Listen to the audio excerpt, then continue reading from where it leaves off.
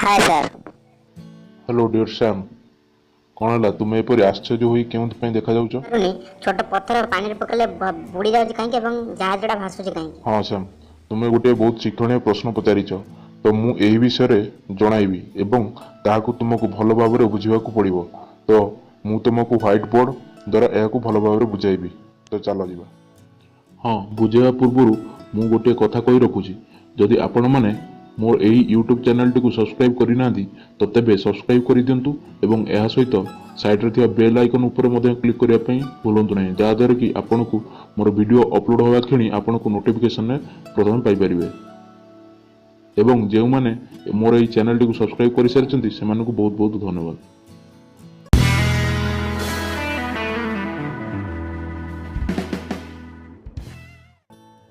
आमे सबू जानिछंती कि जे P equals to W by A और F बाय A होता है, जोठारे कि P equals to pressure, W equals to load एवं A इक्वल्स टू एरिया होता है।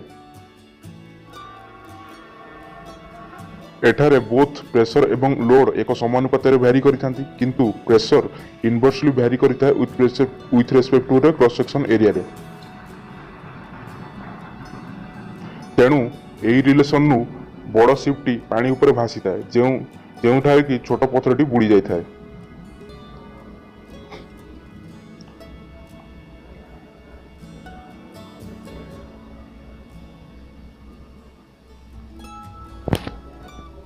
एठारे शिप रो एरिया बहुत बड़ होता है, तेणु लोडटा तार टोटल एरिया रे डिस्ट्रीब्यूट होई पड़ी था एवं ठीक सेतिकी बेले एक ऊर्ध्वगामी फोर्स शिप ऊपर को रिएक्ट करे, ताहाकू फोर्स ऑफ बॉयंसी कहा जाता है।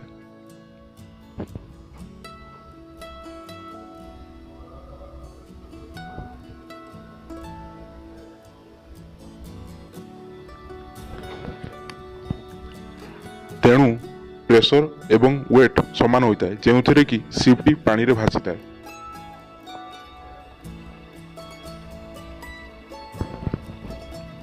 किंतु स्टोन केस रे एरिया छोट, जोठारे कि तार टोटल लोडटा बॉयंसी थ्रस्ट ठारू अधिक होता है, तेणु पत्थरटी पानी रे बुड़ी जाए।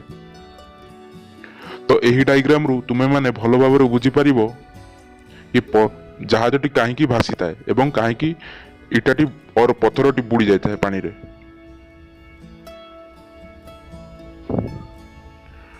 तो मु आशा करूची कि तमे माने भल भाव एही किछि बुझी पारिथियो।